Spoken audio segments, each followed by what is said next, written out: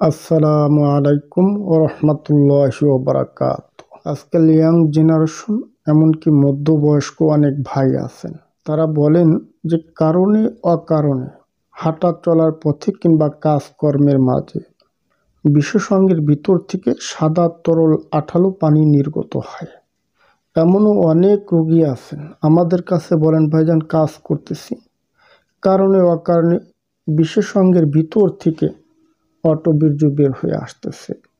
হাত দিলে মনে হয় আঠালো পদার্থ নির্গত হয়, বিশেষজ্ঞের মাথাটা ভিজে থাকে। কিভাবে সমাধান করবেন, ঘরোয়া সমাধান জানতে চান?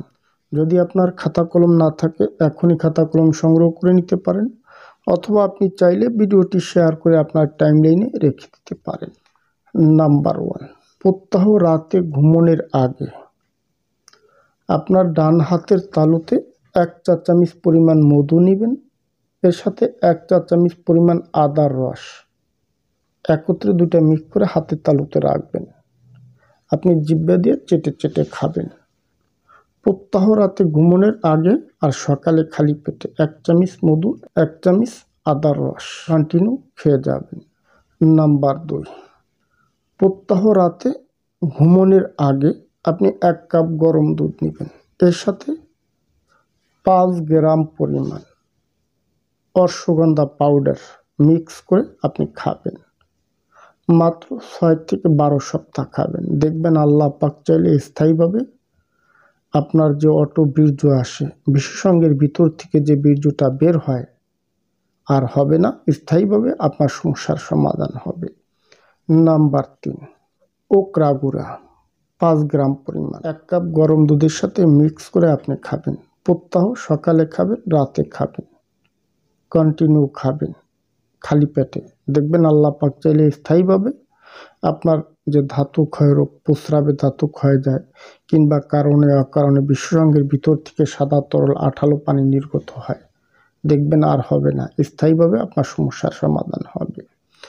নাম্বার 4, প্রত্যহ রাতে ঘুমানোর আগে আপনি 1 কাপ গরম দুধ নিতে পারেন, এর সাথে আপনি 10টা বাদাম নেবেন, 1 চা চামচ পরিমাণ আদার রস নেবেন, 1 চিমটি পরিমাণ জাফরান আপনি মিক্স করবেন, কয়েকটা প্রোডাক্ট একত্রে খাবেন রাতে ঘুমানোর আগে।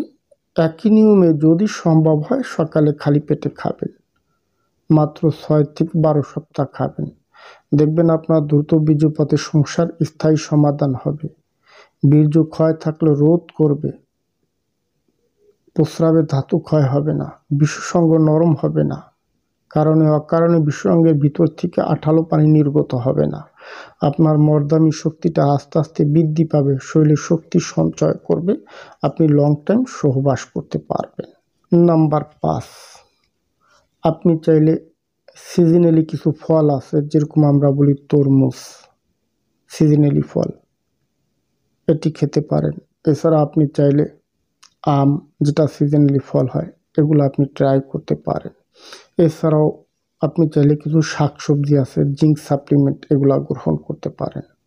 কয়েকটা দিন নিয়মিতভাবে গ্রহণ করলেও অটোমেটিক আপনার লিঙ্গের ভিতর থেকে যে বীর্যটা আসে, এটা আসা বন্ধ হয়।